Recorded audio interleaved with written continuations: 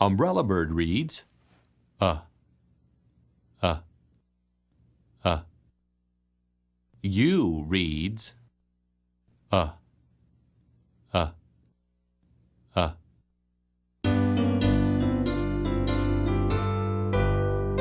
The umbrella bird ate a purple plum and blew bubbles from his bubble gum. Unky Umbrella Bird. Unky Umbrella Bird was sniffling. A tear ran down his face. "What's wrong?" asked the sparrow. "I'm an utter failure as an umbrella bird." "How can an umbrella bird be an utter failure?" asked the sparrow. "My umbrella leaks." "Your umbrella leaks?" "Yes, and all the ladybugs that gather under my leaky umbrella get damned." "Well, let's see. What about getting a patch for your umbrella?" suggested the raven. "Nobody patches umbrellas. Have you ever seen an umbrella bird with a patch?" "Well, no, but before this I had never met an umbrella bird with an umbrella leak." "Poor little damp ladybugs," said the raven. "Let's see. I heard that bubble gum is very strong. How about taking some bubble gum and—" Unky Umbrella Bird sniffed harder than ever. "You don't understand. I can't blow bubbles. I've wanted to do all my life." "Can't blow bubbles? I don't understand. Why? Why ever not?" asked the kindly old owl. "Because I can't pucker." "See?" said Unky Umbrella Bird, popping a piece of bubble gum in his mouth. "I'm unable to do it." "Now I understand," said the raven. "No pucker, huh?" said the sparrow. "I can tell you never ate a green persimmon," uttered the owl. "Persimmons?" squeaked a damn uncomfortable ladybug. "No, I never have," said Unky Umbrella Bird. "Persimmons are uncommon around here." "How about a plum?" asked the owl. "A plum? That's it!" squeaked the ladybug. "If you eat a sour plum, I think you'd have enough pucker to blow a bubble," agreed the raven. "Let's try it." Unky Umbrella Bird looked interested. "I could try," he said. "Here's a beautiful red plum. I think it's sour," said the sparrow. "Here, try it," said the raven. Unky Umbrella Bird plunked his beak into the red plum. "Ooh, that's sour," he muttered, making an ugly face. "If anything will make me pucker, this should," he said. "I think I could even whistle a tune now." The red plum was soon gone, and Unky Umbrella Bird looked around.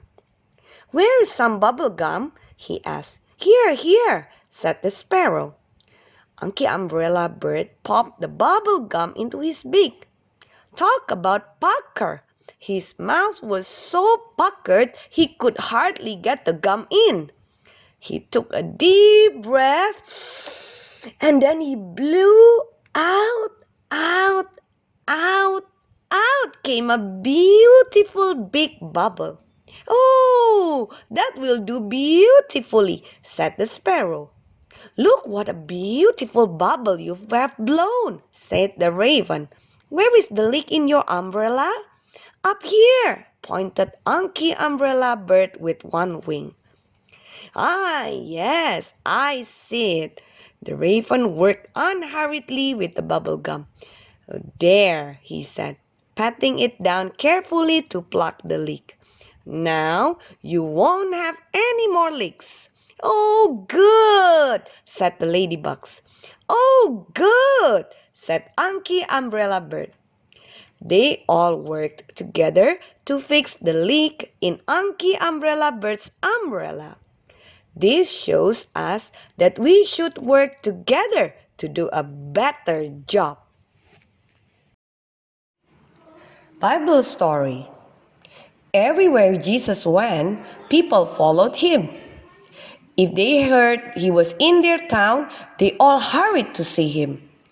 One time, he even had to get in a boat and row across the lake to get away from the crowds of people. Once, when Jesus was visiting in a home in Capernaum, many people heard about his being there and came to see and hear Jesus. So many came that there was not room for them in the house. Still, more people came wanting to be healed, to hear Jesus teach, or to have their sins forgiven. Soon the yard was full, and no one could get near the house. Jesus preached the word, and people listened. Among those who wanted to see Jesus was a man who had a disease that caused him to be paralyzed. He had 4 friends who wanted to see him healed and were determined to bring him to Jesus. Since he couldn't walk, they carried him on a stretcher. They came near to the house. What a crowd of people was outside! How could they ever reach Jesus? Perhaps they asked people to move and let them in. "Excuse me, may we get by, please? This man needs to get to Jesus. Will you please let us by?" But the people were pressed close together. No one wanted to give up his place to let them through. After all, Jesus was preaching. "Quiet there, I'm trying to hear." "Don't you know it's Jesus preaching? Stop disturbing everyone." "But please, this man needs to see Jesus." "Shh!" There was no way they could get in the door.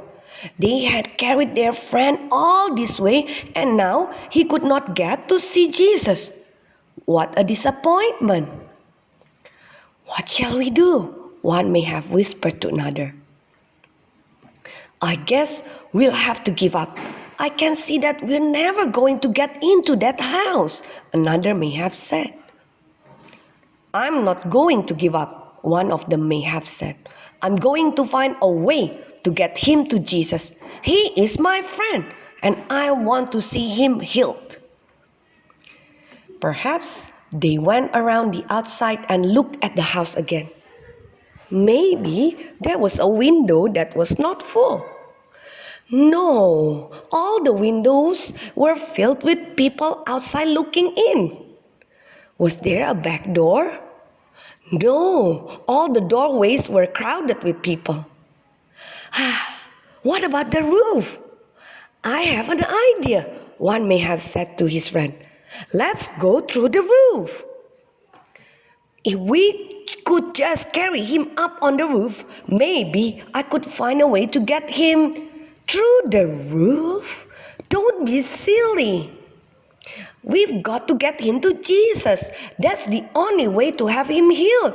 I think it's worth a try," he may have said excitedly. "Come on." Quickly, he tried to find in which room Jesus was. Of course, it was the one with the most people around it.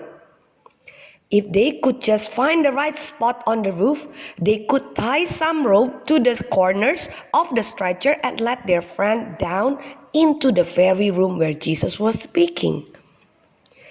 Up on the roof went the 4 friends, very carefully carrying the man on the stretcher. "Let's begin right here," one may have said as he began to pull away the material of the roof. Down below, I am sure Jesus knew what was happening. But the other people must have been surprised as bits of straw and sticks came flying down. "What's going on up there?" someone may have whispered. Soon a hole appeared, with hands pulling away at the edge of the hole. Soon it was a very big hole. Something was being pushed through the hole in the ceiling. Wow, it was a bed. What was happening? A bat was coming down through the hole in the roof, and there was a man on the bat. Jesus saw that these men loved their friend, and he saw that they had faith that Jesus would heal him. He said to the man, "Son, thy sins will be forgiven." Of course, having our sins forgiven is much more important than even having our bodies well. Then Jesus said, "Arise, take up your bed and walk to your own house." Do you think the man could stand up, pick up his bed, and walk home? Yes, he certainly could. Because Jesus had not only forgiven his sins, but he had healed him. Everyone was amazed, and they glorified God, saying, "We never saw anything like this."